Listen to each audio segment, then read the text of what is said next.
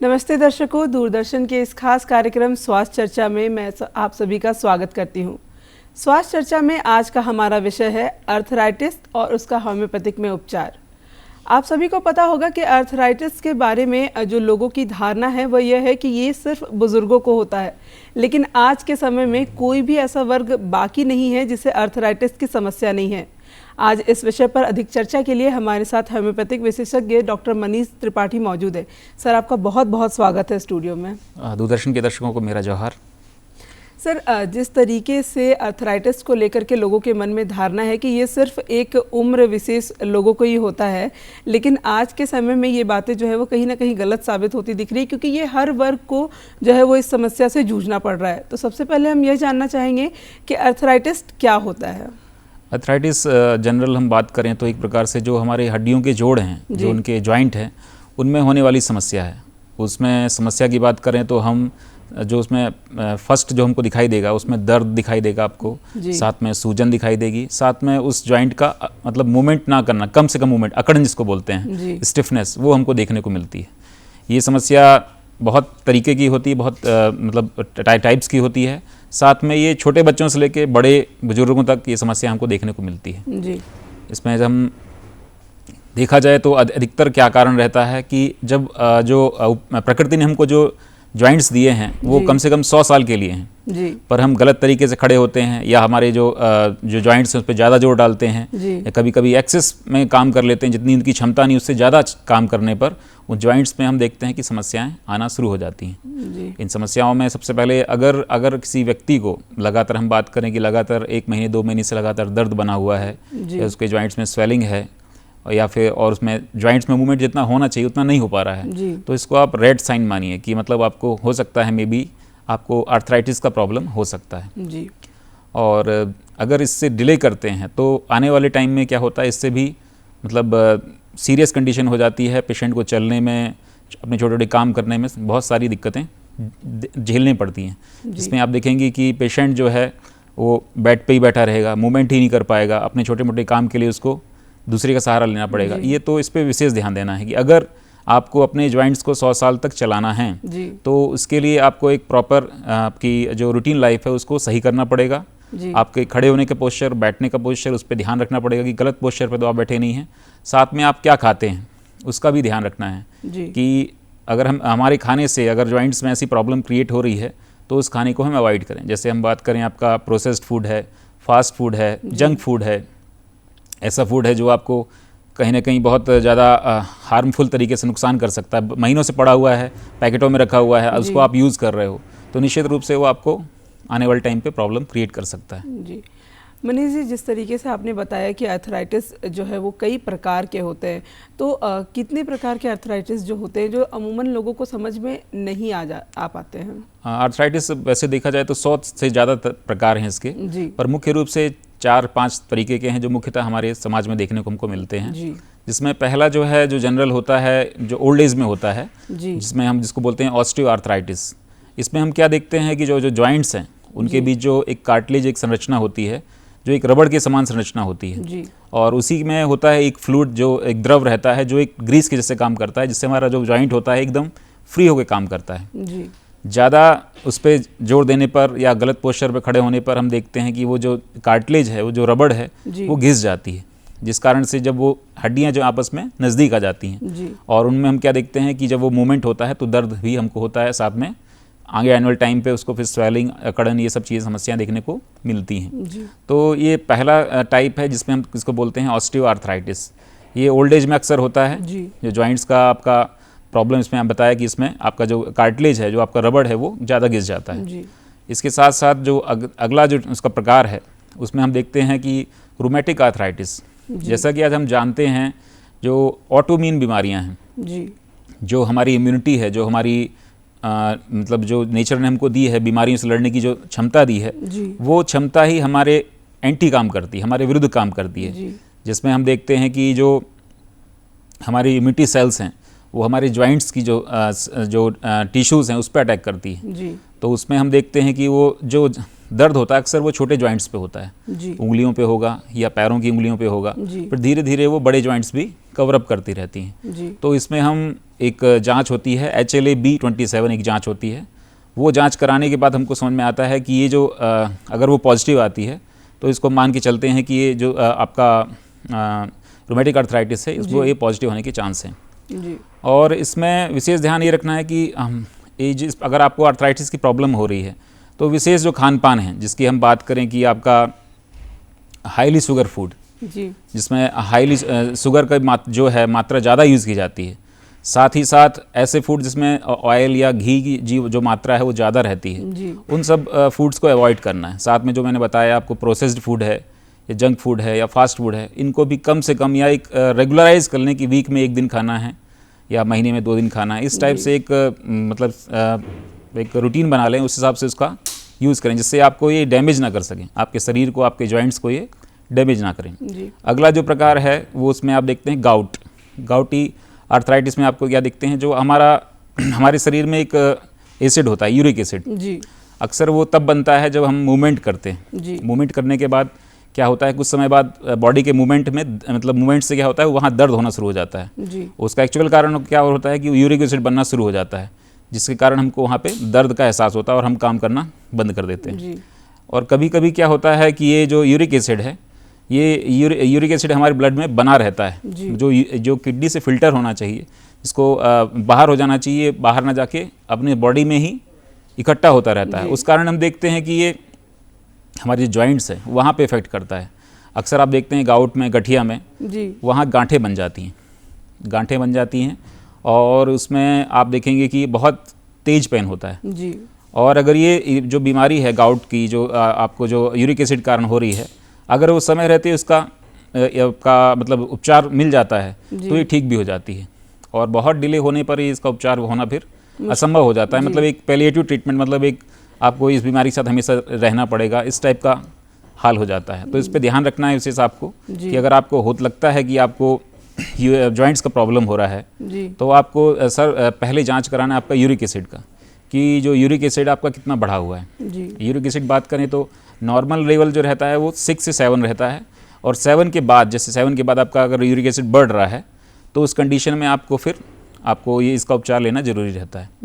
इसमें होम्योपैथी में Ertiga urens एक मदर टिंचर एक दवा होती है, उसकी 15-15 बूंद दिन में 2 बार सुबह और रात को लेने से इसमें काफ़ी आराम मिलता है। और साथ में एक एसिड बेंजोइक एक दवा आती है 200 पोटेंसी में, उसको भी सुबह और शाम को, सुबह या रात को 2-2 बूंद दिन में लेने से आपको 2 से 3 महीनों में आपको यूरिक एसिड का जो प्रॉब्लम होता है वो काफ़ी हद तक ठीक हो जाता है। जी।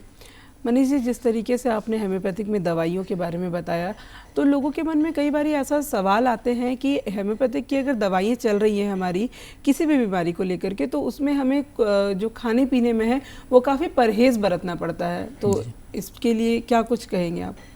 परहेज मैंने जैसे बताया आपको कि आपको ऑयल रिच फूड जो है जिसमें ऑयल ज़्यादा होता है, ज़्यादा मसाले होते हैं, या ये कहें आपका कि जिसमें हाईली शुगर होता है, उन सब चीज़ों को आपको अवॉइड करना है। अगर उस चीज़ों को अवॉइड नहीं करेंगे तो आपको जो जैसे सूजन की समस्या है, दर्द है या फिर उसमें अकड़न है, तो वो समस्या आपकी बढ़ जाएगी। और साथ में ऐसे फूड भी हैं जिससे खाने के बाद आपको लगता है कि इसको खाने के बाद आपको प्रॉब्लम हो रही है, जैसे दही है या फिर बैगन है या फिर और भी जो चीज़ें हैं, नट्स हैं, उसको खाने के बाद लग रहा है कि आपको थोड़ा भारीपन या जो आपको समस्या है वो बढ़ रही है आपको, तो आपको सेल्फ उसको समझते हुए उसको आपको नहीं लेना है। कोई चीज़ होती है कि बॉडी उस चीज़ को टॉलरेट नहीं करती है, हर किसी की बॉडी एक जैसी चीज़ को टॉलरेट नहीं करती हो, उसको हो सकता है किसी चीज़ से एलर्जी हो या उसको अवॉइड कर रहा हो, तो उस कंडीशन में आपको इसको वॉच करना है कि किस चीज़ खाने से आपको ये समस्या हो रही है, उस चीज़ को आप अवॉइड कर दें, उससे भी आपको काफ़ी हद तक रिलीफ मिलता है। जी मनीष जी, आज के समय में जो है अमूमन युवा वर्ग जो है वो लगातार 8 घंटे 9 घंटे जो है वो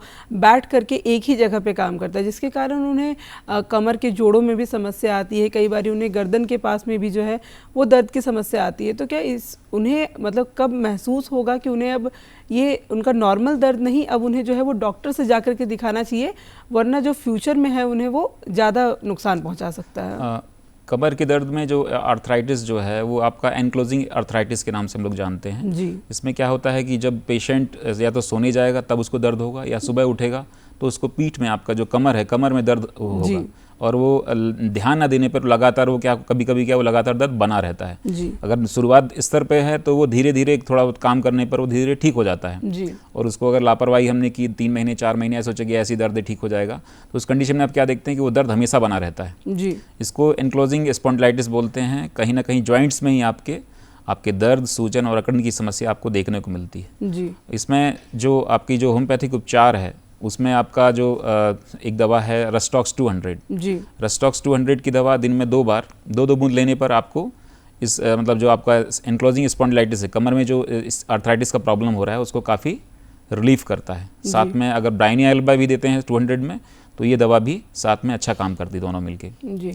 तो ये समस्या आपको देखनी है कि अगर आपको ये समस्याएं हो रही हैं, आर्थराइटिस की प्रॉब्लम हो रही है, तो आपको ये ध्यान रखना है कि आपको प्रॉपर तरीके से अपना रूटीन सेट करना है जी। प्रॉपर तरीके से एक्सरसाइज करनी है जो आपके लिए इफ़ेक्टिव हो आपकी जॉइंट्स के लिए। साथ में आपका जो डाइट प्लान है वो भी एक निश्चित होना चाहिए कि आपको इतना डाइट लेना है, ये डाइट लेना है कि हमको किस चीज़ से हमको बेनिफिट होगा। जैसे मैं बता दूं आपका, हमारे घर में ही बहुत सारी चीज़ें हैं जिसको लेने से हमको बहुत सारी मतलब जो बीमारियाँ आर्थराइटिस की प्रॉब्लम कम हो जाती हैं। जैसे आपका कहें कि घर में धनिया है, लहसुन है, प्याज है, हल्दी है, अगर इसका आप चटनी बना के या फिर नॉर्मल भी अगर यूज़ करते हैं अपने खाने में तो उससे भी आपकी जो एंटी इन्फ्लामेटरी जो प्रॉब्लम है, जो सूजन है या दर्द है, उसको काफ़ी हद तक रिलीफ आप दे सकते हैं जी। तो ये भी ध्यान रखें कि जो हमारा जो भारतीय जो खान पान है उसका भी ध्यान रखें, जिससे क्या है कि आपको ये जो समस्याएं हैं वो आपके घर में ही इसका समाधान मिल सकता है जी। और ये ध्यान रखें कि आपको थोड़ा वर्कआउट करना ज़रूरी है और बच्चों में भी ये आदत डालें कि बच्चे जो हैं आपके वो कम से कम कुछ एक ऐसी एक्टिविटी रखें जिससे उनका जो शरीर है वो स्वस्थ रहे जी। आज जैसे कि हम जानते हैं कि योगा के बहुत प्रचार प्रसार है, लोग करते भी हैं और बहुत ज़्यादा इसका मतलब हम प्रभाव देख रहे हैं जी। तो उस पर विशेष ध्यान देना है कि जो आपके बच्चे हैं, आप खुद हैं, आपके बुजुर्ग हैं जो हैं, उनके लिए आप विशेष ध्यान रखें कि किसको कितना आपको योगा कराना है। आप योगा टीचर हैं, उनसे आप सलाह लें और वो पूछें कि बच्चों के लिए क्या ज़रूरी है, क्या उनके जॉइंट्स के लिए ज़रूरी है, क्या उनके लिए फ्यूचर के लिए जो प्रॉब्लम आने वाली है, क्योंकि हम देख रहे हैं कि पोल्यूशन जो है बहुत बढ़ रहा है जी। हर जगह जो अनवांटेड चीज़ें हैं जो एयर में होनी चाहिए वो चीज़ें नहीं हैं। वो जान रहे हैं कि पोल्यूशन की मात्रा ज़्यादा है। खाने में भी आप देख रहे हैं कि बहुत ज़्यादा फर्टिलाइज़र यूज़ हो रहा है, तो खाने में बहुत चीज़ पॉल्यूटेड हो चुकी है। तो उसको ध्यान में रखते हुए क्या चीज़ ज़रूरी है, ये बहुत मतलब आज के समय में बहुत ज़रूरी हो गया है, तो इसका विशेष ध्यान रखना है। और बच्चे में ये एक्टिविटी ज़रूर बनाए रखें कि अगर बच्चे मोबाइल देखते हैं तो लेटे लेटे मोबाइल मत देखें। लेटे रहने से मोबाइल में क्या एक्चुअल प्रॉब्लम क्या होता है कि बच्चे की आइज़ में बहुत इफेक्ट आता है जी। तो जब भी बच्चे मोबाइल देखते हैं तो कम से कम आधे घंटे से ज़्यादा ना देखने दें, साथ में बैठ के मोबाइल देखें। लेट के अगर मोबाइल देखते हैं तो उनको आने वाले टाइम पे आइज़ पे, जॉइंट्स पे बहुत सारी प्रॉब्लम हमको देखने को मिलेंगी जी। मनीष जी, गर्भवती महिलाएं जो होती है उन्हें भी कभी कभी गर्भावस्था के दौरान जो है वो शरीर में दर्द, अकड़न और कहीं ना कहीं सूजन की जो है वो समस्याओं का जो है वो सामना करना पड़ता है। तो क्या ऐसे में वो भी आर्थराइटिस की जो बीमारी है उससे जूझ रही हैं या फिर गर्भावस्था के दौरान ये सारी चीज़ें जो है वो नॉर्मल होती हैं? गर्भावस्था में जैसा हम जानते हैं कि जो गर्भवती स्त्रियां हैं उनका वजन बढ़ जाता है जी। और निश्चित रूप से अगर थोड़ी भी समस्या आर्थराइटिस की है तो वजन बढ़ने से आपको आर्थराइटिस की समस्या आपको देखने को मिलती है जी। तो वो तो कुछ समय बाद ठीक हो जाती है, पर ये ध्यान रखना कि अगर आर्थराइटिस की प्रॉब्लम आपको हो रही है जी। तो निश्चित रूप से जब गर्भ के बाद उस पर ध्यान रखें कि आपको आने वाले टाइम पे कुछ ऐसा रूटीन फॉलो करना पड़ेगा जिससे आपको ये सब प्रॉब्लम ना हो। अगर लगातार प्रसव के बाद भी आपको जॉइंट्स में प्रॉब्लम रहता है तो निश्चित रूप से आप डॉक्टर के पास जाएँ, उससे सलाह लें और जो मेडिकेशन वो प्रिस्क्राइब करता है वो लें। और साथ में ये भी ध्यान रखें कि हमको कुछ वर्कआउट भी ज़रूरी करना है जिससे आने वाले समय उसके जो जॉइंट्स हैं वो मजबूत रहें और साथ में और उसके जो जॉइंट्स हैं मजबूत रहने के साथ साथ उसमें जो प्रॉब्लम्स जो हैं उससे वो रिलीफ हमेशा के लिए रहेगी। मनीष जी, जिस तरीके से आपने आर्थराइटिस में यूरिक एसिड की चर्चा की कि यूरिक एसिड बढ़ जाने के बाद भी जो है वो लोगों को काफ़ी ज़्यादा दर्द का सामना करना पड़ जाता है, तो यूरिक एसिड बढ़ने पे ऐसी कौन सी जो बातें हैं जिनको ध्यान में रख के परहेज़ करना चाहिए जिसके कारण जो है वो लोगों को दर्द का सामना ना करना पड़े? यूरिक एसिड, जैसे मैंने बताया कि यूरिक एसिड एक प्रकार का जब हम कोई भी मूवमेंट करते हैं जी। उस दौरान जब हम कोई कार्य कर रहे हैं तो ज़्यादा देर कार्य करने के बाद उस जैसे हम हाथ से कार्य कर रहे हैं जी। तो उसमें दर्द होना शुरू हो जाता है। वो दर्द जो हमको होता है वो यूरिक एसिड के कारण ही हमको फील होता है जी। कभी कभी क्या होता है, नॉर्मल प्रोसेस में ये यूरिक एसिड है वो किडनी के थ्रू हमारे शरीर से बाहर हो जाता है। कभी कभी किडनी जो है इसको फिल्टर नहीं कर पाती है और ये जो यूरिक एसिड है बॉडी में ही रह जाता है और ये यूरिक एसिड हमारे जॉइंट्स के लिए बहुत डेंजर होता है जी। इसमें आप देखते हैं कि मैंने बताया कि जो आपको जो जॉइंट्स में जो स्वेलिंग हो जाती है जी। वो स्वेलिंग जो है वो उसमें पेन भी होता है और उसमें जो मूवमेंट करने में बहुत प्रॉब्लम होता है जी। तो ये विशेष ध्यान रखना है कि अगर आपको यूरिक एसिड का प्रॉब्लम है तो पहले जांच कराएं कि आपका यूरिक एसिड कितना बढ़ा हुआ है। जी। साथ में कुछ जो फूड हैं जिसके कारण यूरिक एसिड बढ़ जाता है, जैसे मैं बताऊं आपको कि जो आपका प्रोटीन का जो है, जैसे नॉनवेज है, नॉनवेज में अगर आप ज़्यादा नॉनवेज खाते हैं या नॉनवेज लेते हैं तो वो प्रोटीन के टूटने से जो यूरिक एसिड बनता है उसके कारण आपको ये जो जॉइंट्स में जो दर्द होता है, यूरिक एसिड गठिया के कारण दर्द होता है, वो और भी बढ़ जाता है। साथ में जिसमें प्रोटीन होता है, जैसे दालें हैं और भी जो चीज़ें हैं जिसमें प्रोटीन हमको प्राप्त होता है, वो चीज़ों का ज़्यादा सेवन करने से हमको यूरिक एसिड का जो प्रॉब्लम है वो बहुत बढ़ जाता है। तो कोशिश करना कि अगर दाल खाते हैं तो हम थोड़ा पतली दाल खाएं, नॉनवेज को बिल्कुल अवॉइड करें। साथ में आपका जो हाईली शुगर फूड है जिसमें आपका शुगर की मात्रा ज़्यादा रहती है और साथ में आपका जो ऑयल रिच फूड है उसको भी अवॉइड करना है। साथ में वो खाने की चीज़ें जिसमें आप देखते हैं कि वो चीज़ें महीनों तक पैकेटों में रखी हुई हैं, नमकीन है, बिस्किट है, आज तो बहुत सारी चीज़ें खाने के लिए इस टाइप से आती हैं, तो इसको टोटली अवॉइड करने की कोशिश करें क्योंकि जब तक आपको यूरिक एसिड का प्रॉब्लम रहेगा तो ये समस्या आपको आगे चल के बहुत मतलब सीवियर हो जाती है। कभी कभी तो क्या होता है कि बोन्स कमज़ोर हो जाती हैं और वो अपना शेप भी अपना वो चेंज कर लेती हैं, कभी कभी मुड़ जाती हैं। ये सब आपको समस्याएं, आपको जब सीवियर कंडीशन में यूरिक एसिड बढ़ जाता है तो ये सब समस्याएं आपको देखने को मिलती हैं। जी मनीष जी, जिस तरीके से कई बार जो बुज़ुर्गों को होता है कि वो बिल्कुल मतलब एक अचानक से जो है वो चलना बंद कर देते हैं, कई दिनों से जो है उन्हें दर्द होती है लेकिन वो अचानक से जो है वो एक बार के बाद चलना बंद कर देते हैं, तो इसके क्या कारण हो सकते हैं? उसका कारण, सबसे बड़ा कारण यही रहता है कि जब जो हमारे जो हड्डियों के बीच मेनली नी जॉइंट की बात करें, क्योंकि अधिकतर जब हम खड़े होते हैं तो हमारा भार जो है वो नी जॉइंट पे ज़्यादा आता है और उसमें हम देखते हैं कि जो हमारे जो हड्डियाँ हैं, नी जॉइंट की जो हड्डियाँ हैं वो नज़दीक आ जाती हैं, जो उसका कार्टिलेज जो होता है, जो उसकी रबड़ जो रहती है वो ज़्यादा घिस जाती है और जो लिक्विड रहता है वो भी थोड़ा सा ड्राई हो जाता है। उस कारण से क्या होता है कि दर्द बहुत होता है। जब दर्द होता है तो उसमें मूवमेंट करने पे जो क्षमता रहती है वो कम हो जाती है जॉइंट्स की। तो यही कारण रहता है कि अगर उसमें कार्टिलेज आपका घिस गया है और साथ में जो उसका फ्लूइड है जिसके कारण ग्रीसिंग मिलता है उस जॉइंट को, ग्रीस मतलब स्मूथ मतलब मूवमेंट होता है वो कम हो जाता है। तो ये बुजुर्गों में एक एज के बाद या एक उम्र के बाद ये समस्या हमको देखने को मिलती है। मूवमेंट में कमी इसी कारण से होती है कि जो बुजुर्ग हैं उनके अंदर जो जॉइंट्स है उनका जो आपका जो फ्लूइड है जिसके कारण मूवमेंट होता है, फ्रीली मूवमेंट होता है, वो सूख जाता है या कम हो जाता है। उस कारण से ये समस्या हमको देखने को मिलती है कि जो बुजुर्ग हैं वो मूवमेंट्स करना बंद कर देते हैं, है ना। तो ये सब समस्याएं देखने को मिलती हैं। मनीष जी, युवा वर्ग जो है वो आज का वो अपने आप को लेकर के काफ़ी ज़्यादा जो है वो निश्चिंत रहता है कि हमारा तो सब कुछ सही है, हमारा लाइफस्टाइल सही चल रहा है, हमारा डेस्क का जॉब है, लेकिन डेस्क के जॉब वाले जो रहते हैं उन्हें सबसे ज़्यादा दर्द की जो है वो समस्याएं होती है। तो उनके लिए कुछ बताइए जिससे वो अपनी दिनचर्या में शामिल करें तो उन्हें जो है वो काफ़ी आराम मिल सके। युवा वर्ग को तो ज़रूरी है कि वो कम से कम एटलीस्ट मॉर्निंग या इवनिंग में एक टाइम सेलेक्ट करके अपना एक रूटीन एक्सरसाइज का टाइम बनाएं। साथ में अगर वो लंबा बैठते हैं तो कम से कम 2 घंटे बैठें, 2 घंटे के बाद कम से कम 10 मिनट का 15 मिनट का ब्रेक रखें जिसमें थोड़ा सा वॉक करें, थोड़ा अपना मूवमेंट्स करें थोड़ा बहुत, कि उनका जो जॉइंट्स हैं वो थोड़ा सा फ्री हो जाएँ, थोड़ा स्ट्रेस फ्री हो जाएँ। कभी अभी तो योगा भी है, लोग चेयर में बैठ के भी योगा कर लेते हैं, तो कोशिश करें कि अगर वो संभव हो सके तो वो भी कर सकते हैं, पर बहुत देर तक नहीं बैठे, क्योंकि बहुत देर तक बैठे रहने से जो जॉइंट्स पे आपके बहुत लोड आता है, क्योंकि उसका भी एक क्षमता है, क्षमता से अगर बाहर किसी भी चीज़ से कार्य कराया जाए तो निश्चित रूप से वो खराब हो जाती है, हम देखते हैं। तो निश्चित रूप से जो लिमिट है, जो क्षमता है वो आपको दर्द के रूप में समझ में आती है। अगर आपको दर्द होना शुरू हो गया तो मतलब उसकी क्षमता उतनी ही है। तो ये ध्यान रखें कि अगर आपको बैठे हैं और आपको दर्द होना शुरू हो गया है तो आप ये ध्यान रखें कि वो अलार्मिंग साइन है कि आप वहाँ से उठ जाएं, उसको थोड़ा रिलैक्स करें और कुछ समय बाद फिर दोबारा बैठें। जी मनीष जी, माता पिता को किन बातों का ध्यान रखना चाहिए कि जब बच्चे छोटे हैं और अगर वो कहीं पे भी अपने शरीर में दर्द की समस्या का अगर वो आपको बता रहे हैं अपने माता पिता को, तो उन्हें कौन कौन सी बातों का जो है वो ध्यान रखना चाहिए और कौन कौन सी चीज़ें जो है वो अपने बच्चों के दिनचर्या में जोड़नी चाहिए जिसके कारण उन्हें फ्यूचर में जा कर के जो है वो कभी भी इस तरीके की समस्याओं का सामना ना करना पड़े? सबसे बड़ी चीज़ तो है डाइट। बच्चों का डाइट विशेष ध्यान दें जी। जो कैल्शियम रिच डाइट है उसका ध्यान दें। साथ में मॉर्निंग में जब बच्चा कुछ खाता है तो ऐसा फूड दें कि जो पहला आहार है दिन का जी। वो अच्छे से अच्छा होना चाहिए। इसमें मतलब rich vitamins, rich protein, rich carbohydrate, इस टाइप का डाइट होना चाहिए जो उसके पेट के लिए, उसकी बॉडी के लिए, उसकी मन के लिए बहुत अच्छा होना चाहिए। जी। बाद में सेकेंडरी आप जो भी बाद में दें, पर जो पहला डाइट है वो स्ट्रांग होना चाहिए। जितना स्ट्रांग डाइट रहेगा, जितना अच्छा डाइट रहेगा, जी। बच्चे को फ्यूचर में बहुत अधिक काम करेगा उसकी स्ट्रेंथ के लिए, फिजिकल स्ट्रेंथ के लिए, मेंटल स्ट्रेंथ के लिए। जी। तो ये ध्यान रखें कि उसका जो डाइट है वो विशेष ध्यान दें। जी।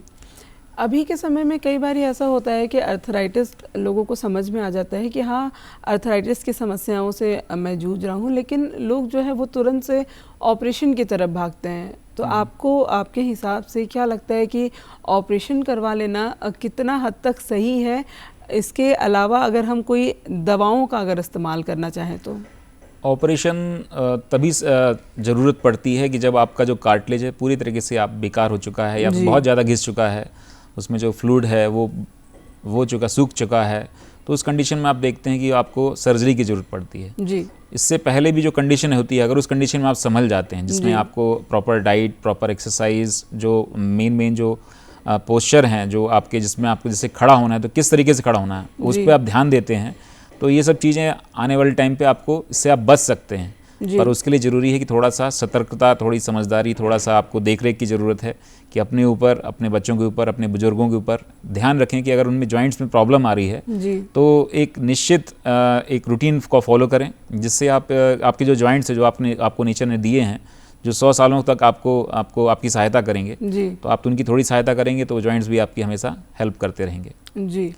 मनीष जी, जिस तरीके से हेम्योपैथिक को लेकर के लोगों के मन में एक कहीं ना कहीं एक भ्रांति है कि हेम्योपैथिक की दवाएं जो है वो काफ़ी स्लो काम करती हैं, काफ़ी लेट से असरदार होती हैं, तो इसे लेकर के क्या कुछ कहेंगे आप?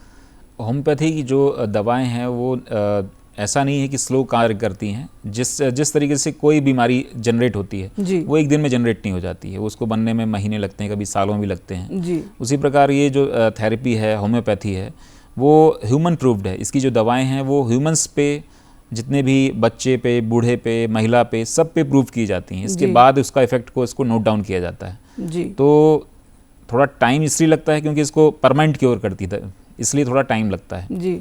या जो भी इसका जो प्रोसेस है थोड़ा लंबा, इसलिए लोगों को लगता है कि थोड़ा सा ये परमानेंट क्योर की तरफ है। मतलब ये अगर इसमें कोई, अगर जैसे आपका जो सिम्टम्स बेस्ड ये थेरेपी है जी। मतलब अगर आपके सिम्टम्स जो दवा के हिसाब से होने चाहिए, अगर वो मैच खा रहे हैं जी। वो दवा अगर आप कुशल चिकित्सक के माध्यम से लेते हैं तो निश्चित रूप से वो आप कम से कम समय में अच्छे से अच्छा उपचार ले सकते हैं, जिससे आप देखते हैं कि पेशेंट को परमानेंट क्योर मिल जाता है जी। और विशेष है कि समय का ध्यान रखें। अगर आपको समस्या हो रही है जॉइंट्स की, अर्थराइटिस की, तो समय रहते ही आप चिकित्सक के पास जाएं जी।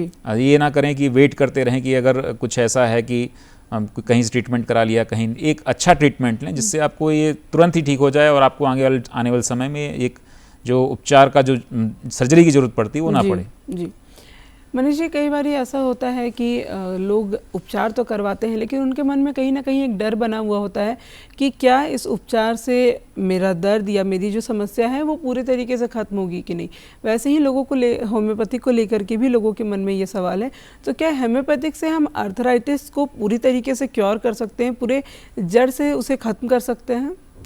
निश्चित रूप से, जैसे मैंने बताया कि अगर समय रहते आपको इनिशियल स्टेज में आपका अर्थराइटिस है, कोई भी बीमारी है आपकी, समय रहते आप चिकित्सक के पास जाएंगे तो निश्चित रूप से वो जो दवा है आपको देंगे और आप उसको पेशेंस के साथ खाएंगे, ये सोच के खाएंगे कि आपको इस दवा से आपको इससे रिलीफ मिल जाएगा, तो निश्चित रूप से आपको रिलीफ मिलेगा ही मिलेगा जी। क्योंकि ये साइंस बेस्ड थेरेपी है, ना कि मतलब ऐसा नहीं है कि मतलब सिर्फ किसी सिद्धांत से चल रही है। ये ऐसी थेरेपी है जो साइंटिफिक है, जिसमें आप देखते हैं कि जो हम जैसे आज देखें कि आज इतने मेडिकल कॉलेज बने हुए हैं, इतनी जो हॉस्पिटल्स बने हुए हैं, तो कहीं ना कहीं कुछ सच्चाई है तब ये चीज़ पॉसिबल हो पा रही है ना। तो उस पर ध्यान रखें कि निश्चित रूप से जिसको आराम मिलता है वो पहचान जाता है कि ये भी थेरेपी है जिसके माध्यम से लोगों को अच्छा उपचार मिलता है, चाहे वो छोटा हो चाहे बड़ा हो।